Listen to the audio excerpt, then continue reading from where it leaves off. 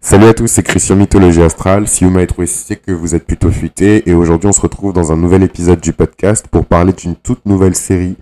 Euh, alors, celle-là, vous me l'avez pas demandé, mais quelque chose me dit que votre âme me l'a demandé. Alors, c'est hyper bizarre et je trouve ça même ironique parce que j'aurais jamais parlé comme ça dans la saison 1 de Mythologie Astrale parce que j'essayais tellement de d'apporter une information qui est claire, concise, dépassionnée, factuelle par rapport à l'astrologie. Et là maintenant, je suis complètement passé dans le côté ésotérique, mystique et je vous avoue que je me sens beaucoup mieux dans cette dimension-là qu'en mode petite classe. Voilà. Même si, voilà, je vous spoil un petit peu et je vous révèle le truc en avance, même si je suis en train de préparer par contre des vrais cours. Et ça, c'est des choses que vous m'avez demandé depuis longtemps. Et justement, je pense que le fait de préparer des cours, d'écrire un bouquin sur le sujet, de préparer aussi des services vraiment concrets qui vont vous permettre, par exemple, de calculer votre propre thème astral dans le système des signes entiers avec mes méthodes de calcul.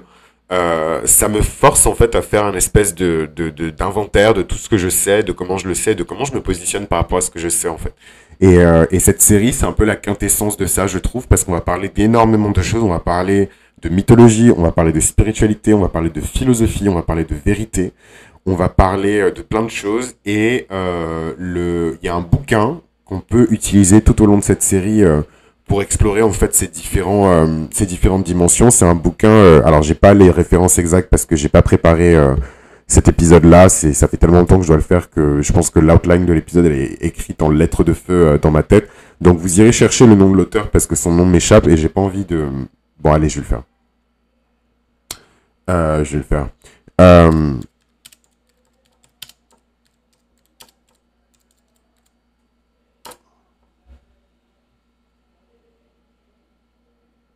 C'est archi drôle parce qu'il y a plein de formats Arte, des formats YouTube, et en fait, personne ne crédite l'auteur, quoi. Je suis là, genre...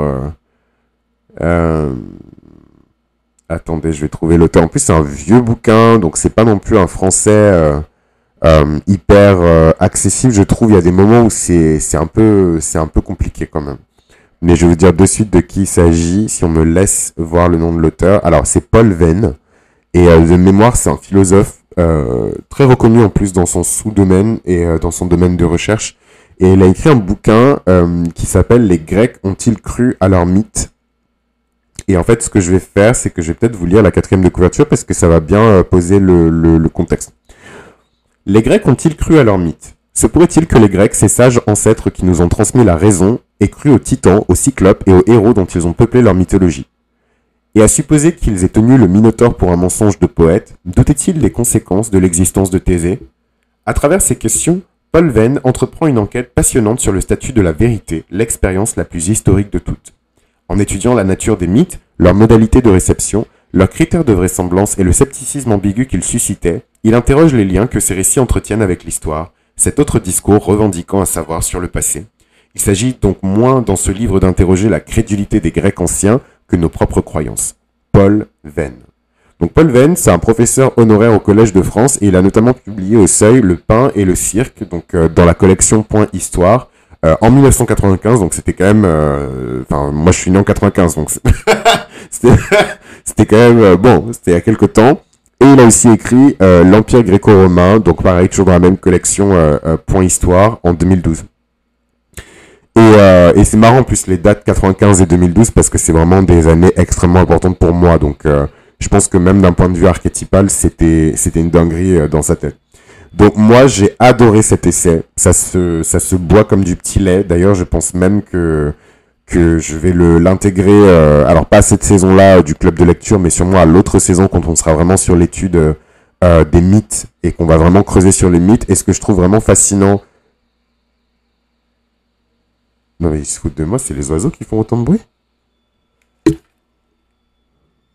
Putain, c'est une dinguerie. Enfin bref, pardon, excusez-moi, je suis distrait. En fait, je suis distrait par le bruit parce que je suis sûr que je suis un peu autiste, genre, enfin pas autiste, mais je sais pas comment ça s'appelle, mais oh my god. Ça, et il y a deux auditrices qui m'ont dit ça, ils m'ont dit ouais, j'ai écouté tes épisodes, dans tes épisodes tu disais que t'étais tellement distrait par le bruit, je sais pas quoi. Et là en fait c'est leur putain d'alarme de voiture, genre c'est... Ah. Anyways, et le pire c'est que ça rend marteau en fait le bruit intempestif, genre les gens, c'est dans 20 ans qu'on commencera à dire oui, santé mentale, peut-être qu'on devrait pas mettre de la musique partout dans tous les sens et mettre des lois pour encadrer un peu la pollution sonore. Anyways, on revient sur le sujet. Donc, euh, donc moi cet essai, il a juste changé ma life intellectuelle et ma vie intérieure. Pourquoi? Parce que il m'a vraiment fait me poser des questions sur la notion de vérité. Et en fait, ça m'a fait remettre en question plein de choses, notamment ce qu'on appelle l'histoire officielle. Donc en fait, l'histoire qui est écrite par les gagnants, quoi. L'histoire des livres d'histoire, l'histoire qui est vérifiée, corrigée, autorisée ou non au ministère de l'Éducation, l'histoire officielle des Américains en comparaison à l'histoire et le génocide des Amérindiens, l'histoire... Enfin voilà, je vais pas vous faire un dessin, je pense que c'est clair dans vos têtes. Et en fait, il met en exergue, enfin il met en opposition plutôt la mythologie grecque et donc les bases fondamentales, morales, philosophiques, religieuses parfois, qu'on retrouve dans la mythologie grecque, il met ça en parallèle avec l'histoire, notre histoire en fait, et comment elle a été conçue, comment elle a été écrite. Et il parle beaucoup aussi de la perception des mythes par les Grecs et par les Romains. Et en fait, c'est juste fascinant. Genre moi, je vous dis, ça a changé ma vie mentale. C'est pas forcément un essai qui est hyper accessible en termes de compréhension et tout, donc je vais pas forcément le recommander à tout le monde, mais il a changé ma life, quoi. Même la vision des mythes a complètement changé. Et je vais pas vous faire une fiche de lecture du bouquin parce que c'est pas l'objet, mais en tout cas, je trouve que ce bouquin, il permet de faire une belle ouverture et une belle introduction à la série que je vais vous présenter sur le Dark Side des archétypes planétaires, en fait. C'est le meilleur moment pour parler, en fait, du Dark Side des archétypes planétaires parce que c'est en ça qu'on voit à quel point les divinités gréco-romaines étaient imparfaites, hein, puisque elles étaient très humaines, très humanisées, puisque elles pouvaient tromper, violer, enfin voilà, je vais pas vous faire un dessin, avoir des attitudes pédophiles, d'agresseurs sexuels, enfin voilà, là je pense que la liste, si on commence à faire la liste des immondices dans les mythes gréco-romains, la liste elle va être longue et l'épisode aussi va être long. Mais en fait, le but de cet épisode surtout, c'est d'attirer l'attention des gens sur ce qu'étaient réellement à la fois les archétypes déjà des planètes dans leur dark side, et aussi le mauvais visage, on va dire, de ces divinités, quoi. Entre Athéna qui a défoncé Arachné parce qu'elle était plus intelligente qu'elle, qui a transformé sa prêtresse en monstre parce qu'elle a été violée dans son temple par Poséidon, Héra sans commentaire, Jupiter sans commentaire, enfin voilà, il y a plein de choses à dire sur ces archétypes planétaires, et moi ça va me permettre justement à travers ces exemples-là, de mettre en lumière une toute nouvelle prestation qu'on propose chez Mythologie Astrale qui s'appelle le Médusa. Et franchement, c'est vraiment un truc qui nous a été demandé depuis longtemps.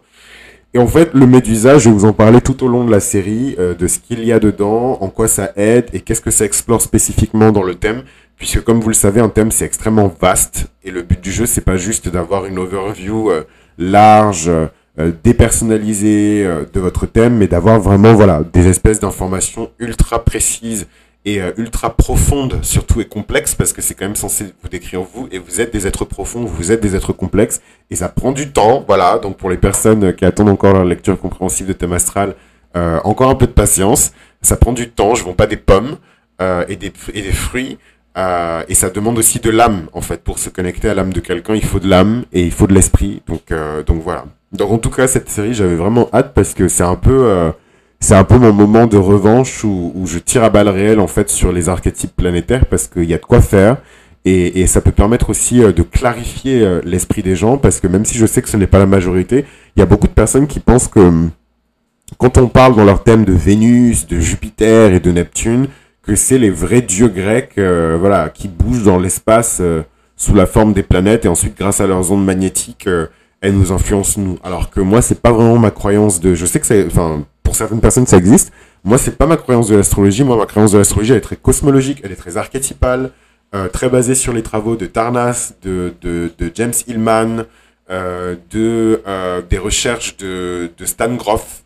Et j'en parle ça dans le bouquin que je suis en train de vous préparer. Pour moi, l'univers existe en nous. L'univers c'est nous en fait. Voilà, l'univers il est en nous. Vénus c'est une zone en vous. Mars, c'est une zone en vous. Neptune, c'est une zone en vous. Saturne représente quelque chose en vous. Il représente différentes tendances du comportement, différentes tendances intérieures.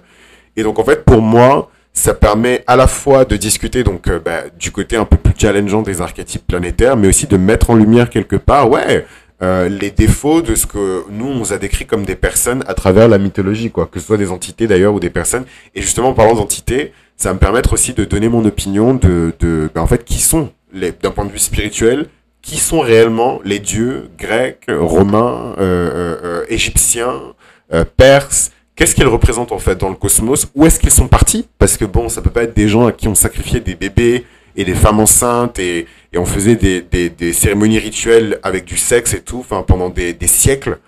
Toute cette énergie qui a été transmise, elle est allée quelque part. C'est pas, enfin voilà, ils peuvent pas juste disparaître comme ça. Donc voilà, donc je vais parler de toutes ces choses-là et ça va être très ésotérique et très occulte. Donc pour toutes les personnes qui voilà, sont vraiment dans le côté cartésien que je respecte, hein, de l'astrologie, un peu en mode météo et tout, c'est le moment de partir parce qu'on va pas du tout parler de ça. Là, on va vraiment plonger dans l'astrologie archétypale, on va vraiment plonger dans les archétypes des planètes. Et je sais que c'est quelque chose en plus qui vous a vraiment beaucoup plu parce que moi j'ai accès aux stats et je vois en fait les séries que vous avez le plus aimées. C'est pas nécessairement les séries les plus vues, mais que mes vrais fans qui sont sur le podcast depuis longtemps ont vraiment apprécié. Et je sais que voilà, quand je parle des planètes, c'est un truc qui vous fait vraiment kiffer. C'est un truc sur lequel non seulement vous passez du temps, mais en plus de ça, vous revenez écouter. Donc c'est tout good.